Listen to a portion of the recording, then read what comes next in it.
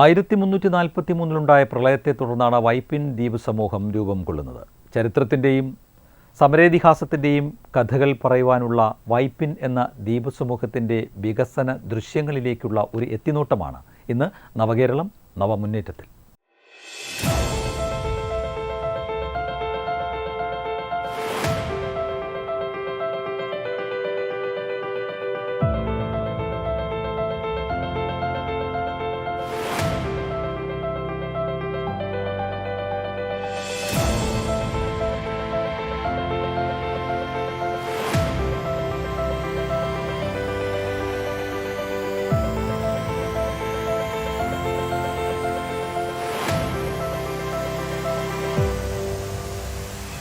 നവകേരള നിർമ്മിതിയുടെ പാതയിൽ വികസനത്തിന്റെ വിളക്കുമരങ്ങൾ സ്ഥാപിച്ചുകൊണ്ടാണ് വൈപ്പിൻ പുതിയ ചരിത്രം എഴുതുന്നത്. കേരളം ഒരു നവകേരള നിർമ്മിതിയുടെ പാതയിലാണ്. കേരളത്തിൻ്റെ സമഗ്രമായ വികസനത്തിനും പൊതുവിലും വൈപ്പിൻ മണ്ഡലത്തിൻ്റെ വികസനത്തിന് പ്രത്യേകിച്ചും ബജറ്റിന് പുറത്ത് കിഫ്ബിയുടെ ധനസഹായത്തോടു കൂടിയുള്ള ധാരാളം വികസന പ്രവർത്തനങ്ങൾ കേരളത്തിലെ ഇടതുപക്ഷ ജനാധിപത്യ മുന്നണി സർക്കാർ ഏറ്റെടുത്ത് നടപ്പാക്കി വരികയാണ്. സർക്കാരിനെ ഈ സന്ദർഭത്തിൽ ഞാൻ അഭിനന്ദിക്കുകയാണ്.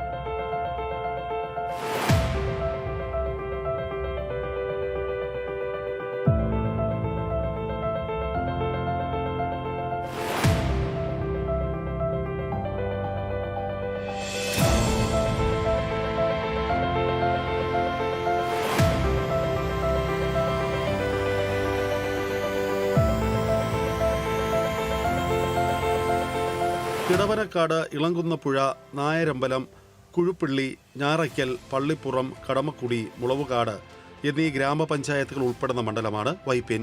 വൈപ്പിൻ മണ്ഡലം വളരെ ലോകപ്രശസ്തമായൊരു മണ്ഡലമാണ്.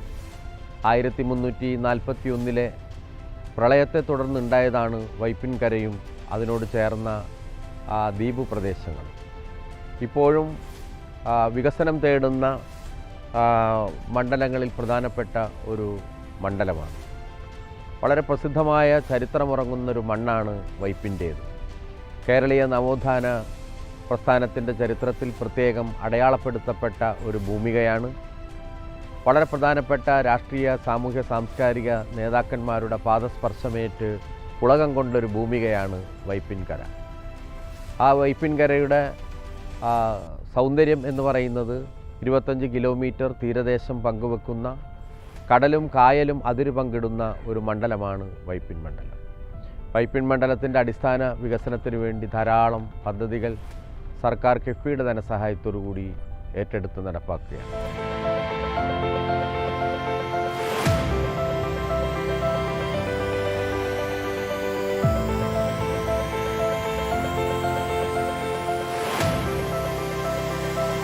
വേലിയേറ്റങ്ങളുടെ ദുരിതങ്ങൾ അനുഭവിക്കുന്ന മുളവുകാട് ഗ്രാമപഞ്ചായത്തിലെ വല്ലാർപാടം പനമ്പകാട് പ്രദേശത്തെ ഈ പ്രശ്ന പരിഹാരത്തിന് വല്ലാർ ബണ്ട് റോഡ് നിർമ്മിക്കുവാനുള്ള പദ്ധതിയാണ് ഏറെ ശ്രദ്ധേയമെന്ന് MLA KN ഉണ്ണികൃഷ്ണൻ ചൂണ്ടിക്കാട്ടി. 50 കോടി രൂപയുടെ പദ്ധതിയാണ് നടപ്പാക്കുന്നത്. വൈപ്പിൻ മണ്ഡലത്തിലെ 8 പഞ്ചായത്തുകളിൽ ഒരു പ്രധാനപ്പെട്ട പഞ്ചായത്താണ് മുളവുകാട് പഞ്ചായത്ത്. ആ മുളവുകാട് പഞ്ചായത്തിൻ്റെ ഭാഗമായിട്ടുള്ള വല്ലാർപാടം പനമ്പകാട് പ്രദേശമുണ്ട്. വളരെ മനോഹരമായ സ്ഥലമാണ്. അപ്പോൾ വേലിയേറ്റ നാളുകളിലെല്ലാം വേലിയേറ്റത്തിൻ്റെ ധാരാളം ദുരിതങ്ങൾ അനുഭവിക്കുന്നൊരു ജനതയാണ് അവിടെ താമസിക്കുന്നത്. അതിനൊരു പരിഹാരം എന്ന നിലയിലാണ് ഗതാഗത സൗകര്യത്തിനും ഈ വേലിയേറ്റത്തിൻ്റെ പ്രശ്നങ്ങളെ പ്രതിരോധിക്കാനും കഴിയുന്ന വിധത്തിലുള്ളൊരു പദ്ധതിയാണ് വല്ലാർപാടം ബണ്ട് റോഡ്. ആ വല്ലാർപാടം ബണ്ട് റോഡിന് 30 കോടി രൂപയോളം ജിഡയുടെ സഹായവും 20 കോടി രൂപ കിഫ്ബിയുടെ ധനസഹായത്തോടു കൂടി അങ്ങനെ 50 കോടി രൂപയുടെ ഒരു പദ്ധതിയാണ് നടപ്പാക്കാൻ പോകുന്നത്. അതിൻ്റെ എല്ലാ നടപടിക്രമങ്ങളും പൂർത്തീകരിച്ച് നിർമ്മാണ പ്രവർത്തനങ്ങളിലേക്ക് അതിവേഗം പോകുന്നതിന് ഉള്ള നിലപാടാണ് സ്വീകരിച്ചിട്ടുള്ളത്. നിർവഹണ ഏജൻസി കേരളത്തിൻ്റെ ഇറിഗേഷൻ ഡിപ്പാർട്ട്മെൻറ്റാണ്. അതുപോലെ തന്നെ നായരമ്പലം ധാരാളം വികസന കാര്യങ്ങൾ നടക്കുന്ന മണ്ഡലമാണ്. അതിൻ്റെ ഭാഗമായി ഇപ്പോൾ 7.5 കോടി രൂപയുടെ മത്സ്യഗ്രാമം പദ്ധതി അവിടെ നടപ്പാക്കാൻ പോകുന്നു. അതിൻ്റെ എല്ലാം തുടർച്ചയിലാണ് കിഫ്ബിയുടെ ധനസഹായത്തോടു കൂടിയുള്ള നായരമ്പലം ഹെഡ്ബഡ് പാലം. അതും അതിൻ്റെ നടപടികളെല്ലാം പൂർത്തീകരിച്ച് ഹെഡ്ബഡ് പാലം അതിൻ്റെ നിർമ്മാണത്തിലേക്ക് കടക്കാൻ പോവുകയാണ്.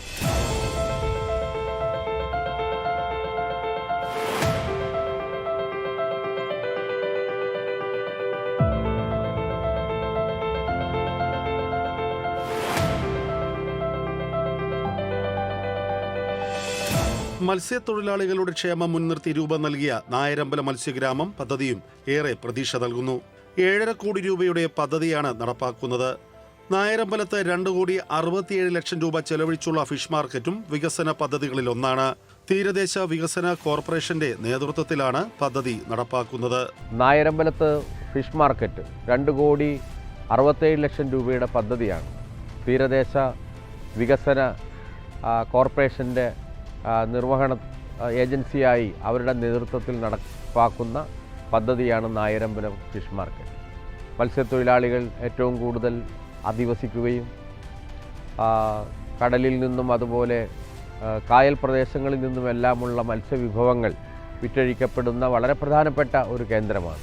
അപ്പോൾ അതിൻ്റെ അടിസ്ഥാന സൗകര്യത്തിന് വേണ്ടി കിഫ്ബിയുടെ ധനസഹായത്തോടു കൂടിയാണ് ആ പദ്ധതി നാം നടപ്പാക്കി വരുന്നത്.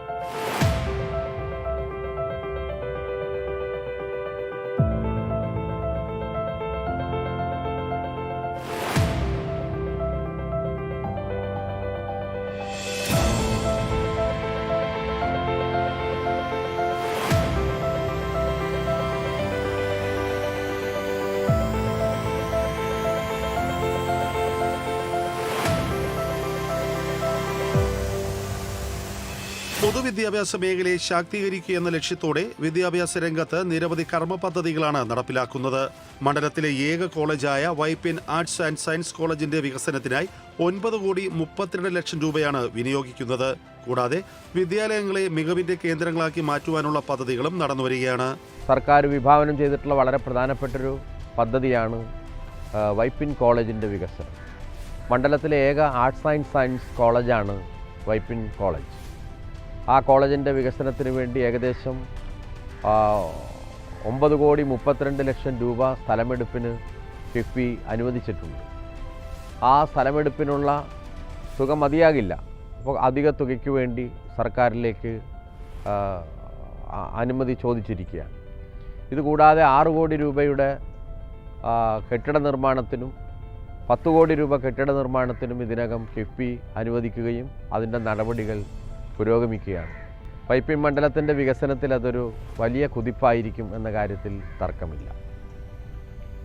വിദ്യാഭ്യാസ മേഖലയിൽ പൊതുവിദ്യാഭ്യാസ മേഖലയെ ശക്തിപ്പെടുത്തുന്നതിൻ്റെ ഭാഗമായി വിദ്യാഭ്യാസ മേഖലയിലെ നമ്മുടെ ഹൈസ്കൂളുകളെല്ലാം മികവിൻ്റെ കേന്ദ്രങ്ങളാക്കി മാറ്റുന്നതിൻ്റെ ഭാഗമായി എളങ്കുന്നപ്പുഴ ഹൈസ്കൂളിൽ 1,30,00,000 രൂപയുടെ ഒരു പദ്ധതി ആവിഷ്കരിച്ച് മുന്നേറുകയാണ്. കടമക്കുടി പഞ്ചായത്തിലും ഏകദേശം 2 കോടി രൂപയുടെ വികസന പദ്ധതികൾ നടപ്പാക്കുന്ന പ്രക്രിയ പുരോഗമിക്കുകയാണ്.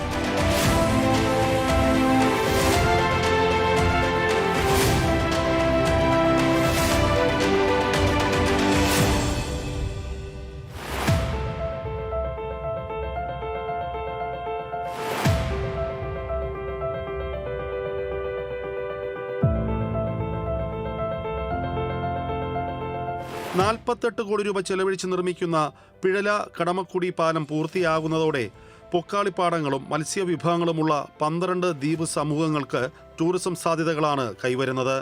പദ്ധതിക്കായുള്ള സ്ഥലമേറ്റെടുക്കൽ നടപടി പുരോഗമിക്കുകയാണ്. മറ്റു പശ്ചാത്തല സൗകര്യ വികസനത്തിൻ്റെ കാര്യത്തിൽ വലിയ കുതിച്ചുചാട്ടം വരാൻ പോവുകയാണ്. ഉദാഹരണം ഏതാണ്ട് 48 കോടി രൂപയാണ് പിഴല കടമക്കുടി മേഖലയിൽ നടപ്പാക്കാനായിട്ട് കിഫ്ബി തീരുമാനിച്ചിട്ടുള്ളത്. കടമക്കുടി പഞ്ചായത്ത് 12ഓളം വരുന്ന ദ്വീപസമൂഹങ്ങൾ അടങ്ങുന്നതാണ്. വളരെ പ്രകൃതി മനോഹരമായ സ്ഥലമാണ് കടമക്കുടി. പൊക്കാളിപ്പാടങ്ങളും അതുപോലെ മത്സ്യ വിഭവങ്ങളുടെ എല്ലാം പ്രധാനപ്പെട്ട ഒരു കേന്ദ്രമാണ്. ഒരുപാട് ടൂറിസ്റ്റുകളെ ആകർഷിക്കുന്ന കടമക്കുടിയുടെ ധാരാളം വികസന പ്രവർത്തനങ്ങൾ ഇനിയും നടക്കേണ്ടതുണ്ട്. അവിടെ നിരവധി പാലങ്ങൾ ജിഡയുടെ സഹായത്തോടു കൂടി നടക്കുന്നതിനോടൊപ്പം തന്നെയാണിപ്പോൾ പിഴല കടമക്കുടി പാലത്തിന് 48 കോടി രൂപ കിഫ്ബി അനുവദിച്ചിട്ടുള്ളത്. അതിനാവശ്യമായിട്ടുള്ള സ്ഥലമെടുപ്പും അപ്രോച്ച് റോഡുകളുടെ വികസനത്തിനെല്ലാം വേണ്ടിയിട്ടുള്ള നടപടികൾ അവിടെ പുരോഗമിച്ചു വരികയാണ്. കടമക്കുടി പഞ്ചായത്തിൻ്റെ വലിയ മാറ്റത്തിന് വഴിവെക്കുന്ന ഒരു സംരംഭമായിരിക്കും തീർച്ചയായിട്ടും അത്.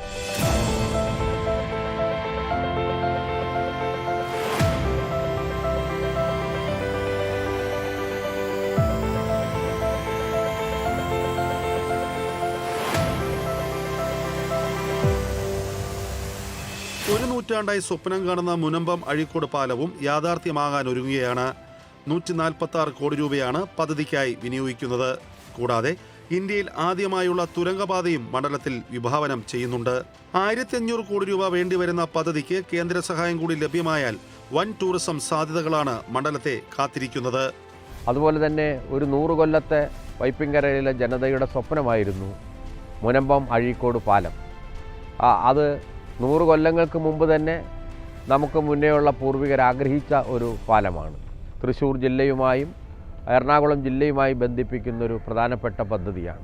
146 കോടി രൂപയുടെ മുനമ്പം അഴീക്കോട് പാലം അത് യാഥാർത്ഥ്യമായിക്കൊണ്ടിരിക്കുകയാണ്. വരുന്ന ജനുവരി ഫെബ്രുവരി മാസത്തിൽ കമ്മീഷൻ ചെയ്യാൻ കഴിയത്തക്ക തരത്തിൽ അതിൻ്റെ പ്രവൃത്തി പുരോഗമിക്കുന്നു. അങ്ങേയറ്റം ആഹ്ലാദകരമായിട്ടുള്ള സന്തോഷകരമായിട്ടുള്ളൊരു കാര്യമാണത്.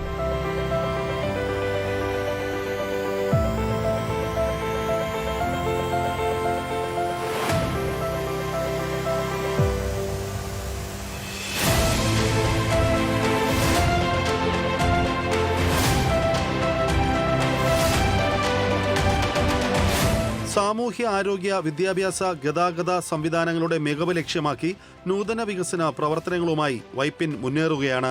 കാലത്തിന്റെ അനിവാര്യതകൾ തിരിച്ചറിഞ്ഞുകൊണ്ട് കിഫ്ബിയുടെ ധനസഹായത്തോടുകൂടി നമ്മൾ നടപ്പാക്കിയ മറ്റൊരു പദ്ധതിയാണ് 1.5 കോടി രൂപ മുടക്കി പുൽപ്പള്ളി പഞ്ചായത്തിൽ നമ്മുടെ കേരള സർക്കാരിൻ്റെ സബ് രജിസ്ട്രാർ ഓഫീസിൻ്റെ കെട്ടിടം പണി ഇതിനകം പൂർത്തീകരിക്കുന്നു.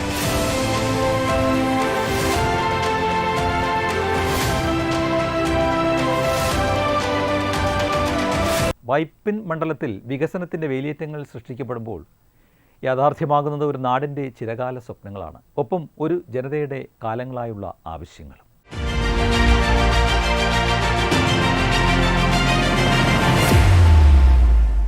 പശ്ചാത്തല വികസനത്തിലൂടെ നവമുന്നേറ്റത്തിനൊരുങ്ങുകയാണ് മൂവാറ്റുപുഴ നിയമസഭാ മണ്ഡലം. വിവിധ പദ്ധതികളിലൂടെ മൂവാറ്റുപുഴയുടെ പഴയ പ്രൗഢി വീണ്ടെടുക്കാനുള്ള ശ്രമത്തിലാണ് മണ്ഡലത്തിലെ MLA അഡ്വക്കേറ്റ് മാത്യു കുഴൽനാടൻ. കാണാം നവകേരളം നവമുന്നേറ്റത്തിലൂടെ മൂവാറ്റുപുഴ നിയമസഭാ മണ്ഡലത്തെ.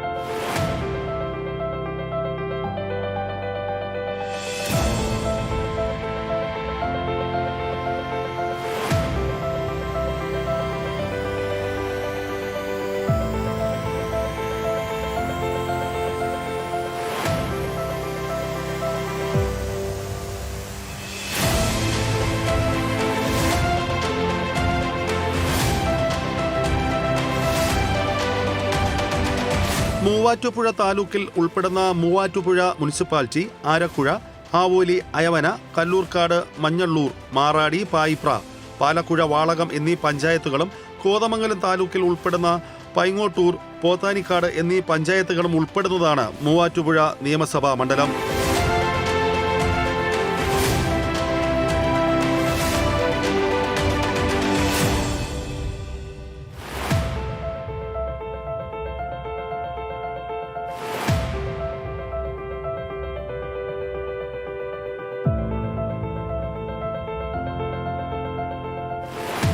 മൂവാറ്റുപുഴക്കാരുടെ പ്രധാന ഉപജീവന മാർഗങ്ങൾ കൃഷിയും ചെറുകിട വ്യവസായങ്ങളുമാണ്. 30-40 വർഷം മുമ്പ് മൂവാറ്റുപുഴ കേരളത്തിലെ വലിയ പട്ടണങ്ങളിൽ ഒന്നായിരുന്നു. നഷ്ടപ്പെട്ടു പോയ ഈ പ്രൗഢി വീണ്ടെടുക്കാനുള്ള ഊർജിത ശ്രമത്തിലാണ് സ്ഥലം MLA മാത്യു കുഴൽനാടൻ.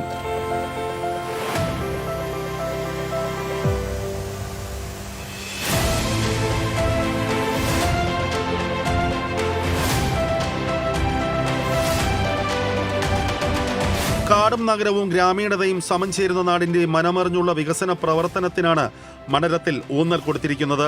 പശ്ചാത്തല വികസനത്തിന്റെ അലയൊലികൾ മണ്ഡലത്തിൽ മാറ്റത്തിന് വഴിയൊരുക്കുവാൻ ഉപകരിക്കുമെന്നതിനാൽ പദ്ധതി തെരഞ്ഞെടുപ്പിൽ വളരെ പ്രാധാന്യവുമുണ്ട്.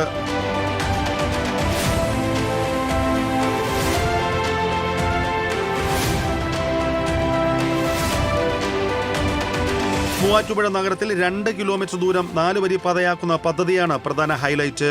മണ്ഡലത്തിലെ ജനങ്ങളുടെ ചിരകാല അഭിലാഷമാണ് പൂവണിയാൻ പോകുന്നത്. ഇതോടൊപ്പം മുറിക്കൽ ബൈപ്പാസിന്റെ നടപടിക്രമങ്ങൾ മുന്നോട്ട് പോകുന്നുണ്ട്.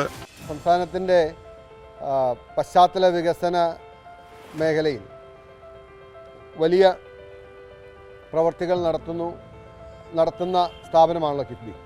മൂവാറ്റുപുഴ നഗരവികസനവുമായി ബന്ധപ്പെട്ട ഏകദേശം 2 കിലോമീറ്റർ താഴെയുള്ള ഒരു റോഡ് നഗരം 4 വരിയാക്കുന്ന പ്രക്രിയ നടന്നു വരുന്നുണ്ട്. ആ പണി പുരോഗമിക്കുന്നുണ്ട്. അതുകൂടാതെ മൂവാറ്റുപുഴ നഗരത്തിന് ആവശ്യമായ ഒരു മുറിക്കൽ ബൈപ്പാസ് അതിൻ്റെ പ്രാരംഭമായിട്ടുള്ള പണികൾ ആരംഭിച്ചിട്ടില്ലെങ്കിലും അതിൻ്റെ നടപടിക്രമങ്ങൾ മുന്നോട്ട് പോയിക്കൊണ്ടിരിക്കുകയാണ്.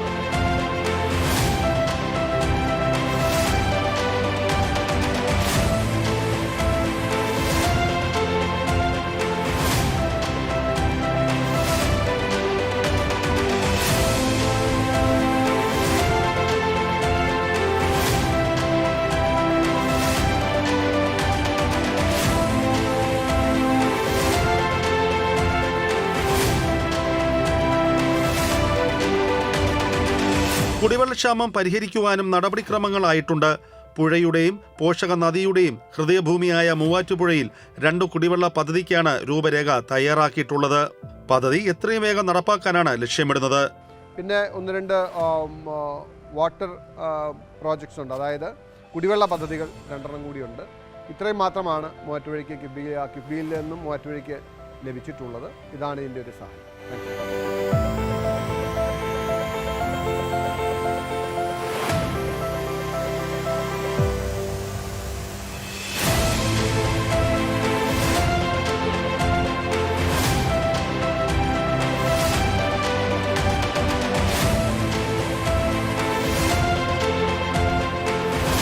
വിദ്യാഭ്യാസ മേഖലയിലും നിർണായക ചുവടുവയ്പ്പാണ് മണ്ഡലത്തിൽ നടത്തിയിരിക്കുന്നത്.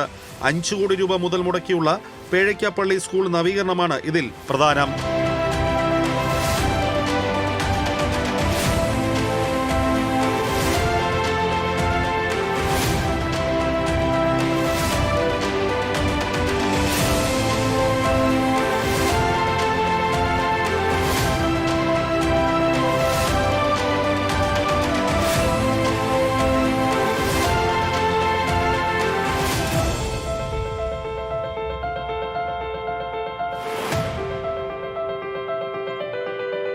ഈ റോഡ് വർക്കുകൾക്ക് പുറമെ കഴിഞ്ഞ ടൈമിൽ എല്ലാ കോൺസ്റ്റിറ്റ്യുവൻസിയിലും അനുവദിച്ച 5 കോടി ഉപയോഗിച്ച് പേഴയ്ക്കാപ്പള്ളി സ്കൂളിൻ്റെ ഒരു നവീകരിച്ച കെട്ടിടം കൂടി പൂർത്തിയാക്കാൻ കഴിഞ്ഞിട്ടുണ്ട്. ഇതൊക്കെയാണ് കിഫ്ബിയുമായി ബന്ധപ്പെട്ട് മൂവാറ്റുപുഴ നിയോജകമണ്ഡലത്തിൽ ചെയ്യാൻ കഴിഞ്ഞിട്ടുള്ളത്.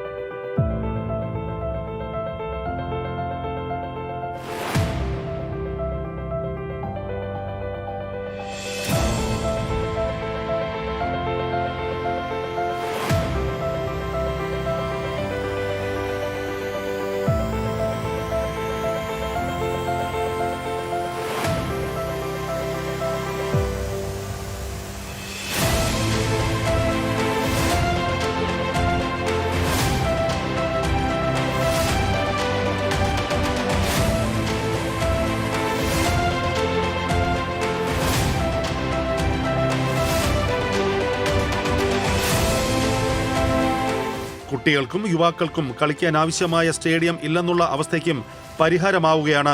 സർക്കാർ ഫണ്ടും MLA ഫണ്ടും ഉപയോഗിച്ച് നിർമ്മിക്കുന്ന ചന്ദ്രശേഖരൻ നായർ ഇൻഡോർ സ്റ്റേഡിയത്തിന്റെ ടെൻഡർ പൂർത്തീകരിച്ചു. പിന്നെ മൂവാറ്റുപുഴയിലുണ്ടായിരുന്ന ഒരു സ്റ്റേഡിയത്തിൻ്റെ നവീകരണം, ചന്ദ്രശേഖരൻ നായർ ഇൻഡോർ സ്റ്റേഡിയം എന്ന നിലയിലുള്ള പദ്ധതിയുടെ ടെൻഡർ പൂർത്തീകരിച്ച് പണി തുടങ്ങാനിരിക്കുന്നു.